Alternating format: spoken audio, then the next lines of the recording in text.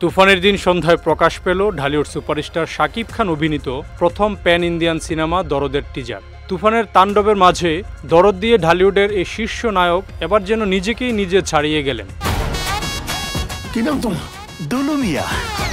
বলিউড অভিনেত্রী সোনাল চৌহানের সঙ্গে রোমান্স দিয়ে টিজার শুরু হলেও কেউ আন্দাজ করতে পারেনি এরপর কতটা ভয়ঙ্কর হয়ে ধরা দেবেন শাকিব। প্রতিটি অ্যাকশন দৃশ্যের সঙ্গে শাকিব যেন খেলেছে রক্ত নিয়ে। 17 জুন দুপুরে দরদ সিনেমা নির্মাতা অনন্য মামুন নিজের ফেসবুক পেজে লেখেন, যাদের হার্ট দুর্বল তারা দয়া করে দরদের টিজার দেখবেন না।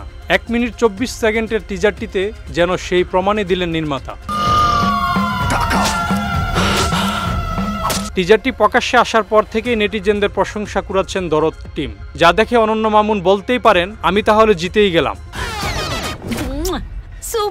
এবছরের সেপ্টেম্বরে মুক্তি পাবে দরদ, এই বিষয়টি আগেই জানিয়েছিলেন সিনেমা নির্মাতা অনন্য মামুন। এতে শাকিব খানের সঙ্গে জুটি বেঁধে অভিনয় করেছেন ওয়ালটন ফ্রিজ কিনে অনেকের মতো আপনিও হয়ে যেতে পারেন মিলেনিয়াল, সেরা পণ্যের সেরা অফার।